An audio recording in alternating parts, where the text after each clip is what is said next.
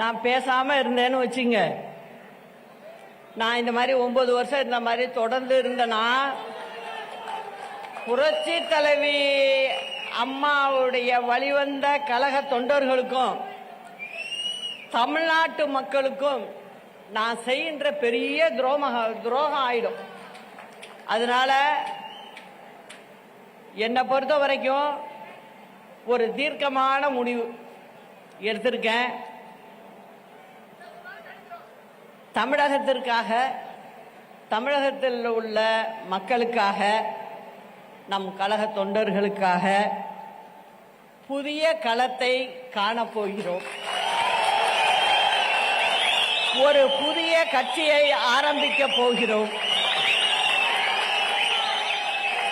இது ஒரு திராவிட கட்சியாக பேரறிஞர் அண்ணா, புரட்சி தலைவர் எம்ஜிஆர், புரட்சி தலைவி அம்மா ஆகியோரின் வழியில் ஏழை எளிய சாமானிய மக்களுக்கான ஒரு கட்சியாக, எதிரிகளையும் துரோகிகளையும் வேறறுக்கின்ற ஒரு கட்சியாக இது செயல்படும். நமது கட்சியின் கொடியை இங்கே அறிமுகப்படுத்துவதில் மிகவும் மகிழ்ச்சி அடைகிறேன். இதை கருப்பு, வெள்ளை, சிவப்பு வண்ணத்தில் பேரறிஞர் அண்ணா, புரட்சி தலைவர் எம்ஜிஆர், புரட்சி தலைவி அம்மா ஆகியோரின் உருவத்தை தாங்கி நிற்கின்ற ஒரு கொடியாக பட்டொளி வீசி பறக்கும்